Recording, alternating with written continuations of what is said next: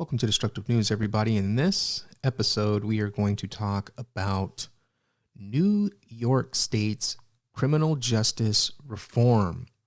We've made numerous videos about this topic across the country. It was this kind of last-ditch FU from Obama to kind of build up this cast of what a news article said, new age DAs, these district attorneys that were for the people. And when I say for the people, that means say nice things in the media to make black voters think that you care about black people. But what you're really doing is you are supporting the black criminal element, which I put at about 3 to 5% of that 13% population. So when you see a lot of the people posting the 1352 thing, like, it's hilarious to me. I think it's funny, but black people aren't innately criminals. There is a subsect of African American or black or ADOS or FBA, however you want to identify.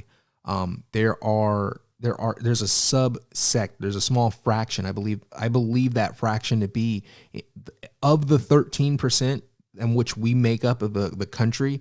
I believe of that 13%, I believe about 3 to 5% of that pie are committing damn near half of the crime in the country, which is completely insane. And it's actually worse than what the memes say. So the memes say, well, 13% of the population's responsible for 50% of the crime, and that's just wrong. It's just bad math. Actually, about 5% of the population is responsible for about 50% of the crime, which is way worse. It's a way worse number.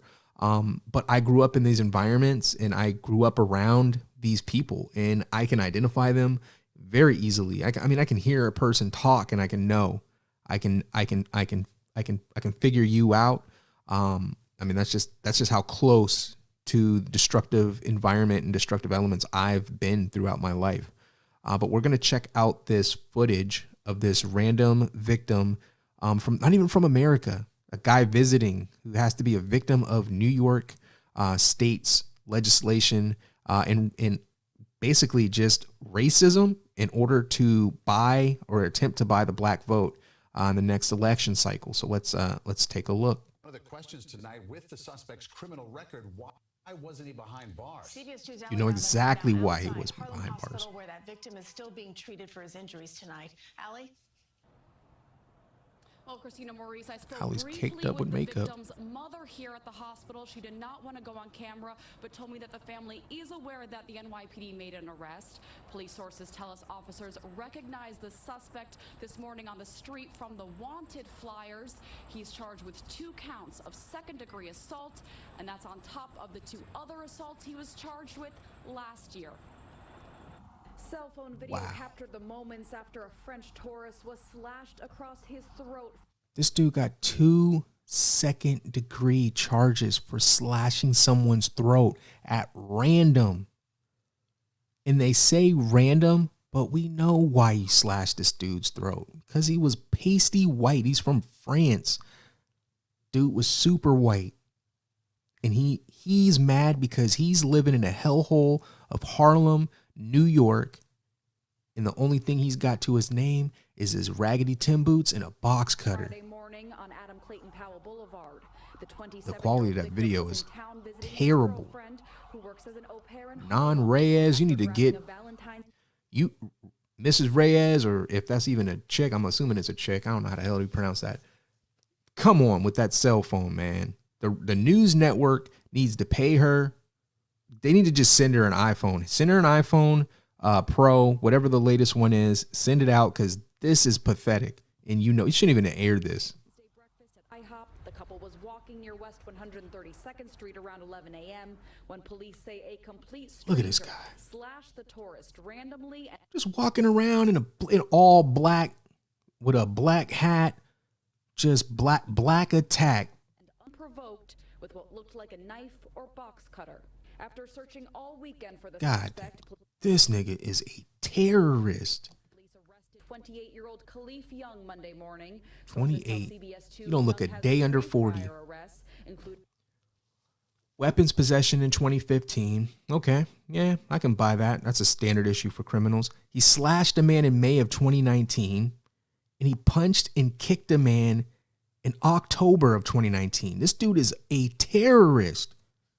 For weapon possession in 2015. In May 2019, he was arrested for slashing a man in the neck. And a few months later, in October, Young was arrested again for punching and kicking a man in the face in Harlem. So they just don't. For that assault in October, Crime is legal in New York. Bail. Since Friday's attack, the French victim has been recovering at Harlem Hospital, while his friends have raised nearly You got the French GoFundMe to fly the tourist and his girlfriend back home and help pay his medical bills. Young did appear in court in January for last year's assault charges, and he was once again released on his own recognizance. He's expected to be arraigned signature on his bond. most recent charges sometime tomorrow. We're live outside Harlem Hospital. Allie Bauman, CBS 2 News. Allie, thank you. He's going to get a signature bond again. Like, come on, he's going to get arraigned, and he's going to go in front of another one of these DAs and another one of these judges that believe that black people are victims of racism. So instead of giving everybody something, instead of giving me, my family, something, not talking about reparations, I could deal with tax-free status. Just give us tax-free status, and let's be done with it. Because it's not a handout, and it still requires you to work for a living. And it still requires you to participate in the economy. But it definitely makes up for the foolishness that happened to my ancestors. And I'm not talking about some distant ancestors. I'm talking about my grandfather.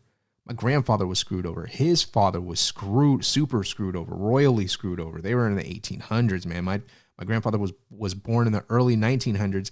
His dad, man, he had it rough, but they worked their butts off and made it happen to the. I can sit here on this podcast and talk to you about this crap, but just giving away into the 3 to 5%. We need to settle on a number, 3 or 5%. Which one is it? You guys let me know. Is it 3%? Is it 5%?